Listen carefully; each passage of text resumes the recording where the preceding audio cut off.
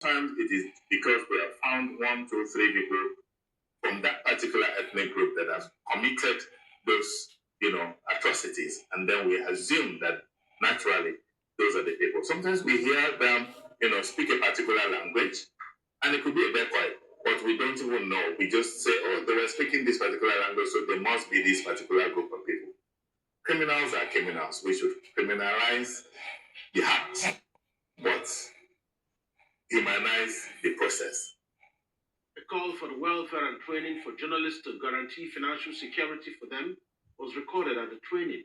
They argued that better remuneration and insurance will reduce journalists' vulnerability to financial inducements, while also encouraging them to diversify their professional skills beyond news reporting only.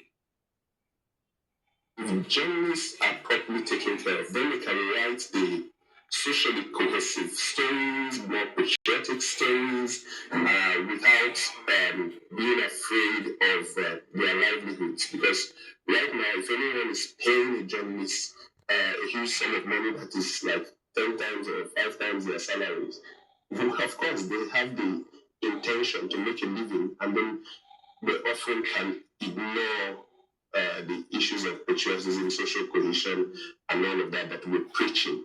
So for those of us who are preaching about social cohesion and teaching, the real corollary of this teaching is that we must take care of the welfare of journalists.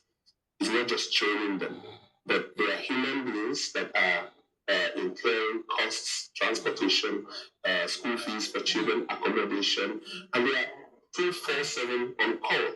Normally, when the newsman has the data and statistics and is put to good use, people will always believe in you. So you have built trust in the newsroom. You have built trust in your stories.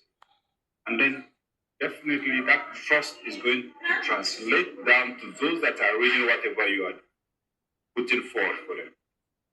So if you are able to change your angles towards social cohesion, there's a way you will influence not only your readers, there's a way we are going to influence those that are supposed to take actions because they believe in whatever we are pushing out. No matter what culture you want to push out, if you lose credibility, nobody is going to believe you. As distrust, ethnic and religious bigotry, and insecurity continue to drive fears and disunity among Nigerians, it is only a true social cohesion mechanism that can galvanize Nigeria back to greatness. And to business news now, the National Economic Council has approved all 83.2 billion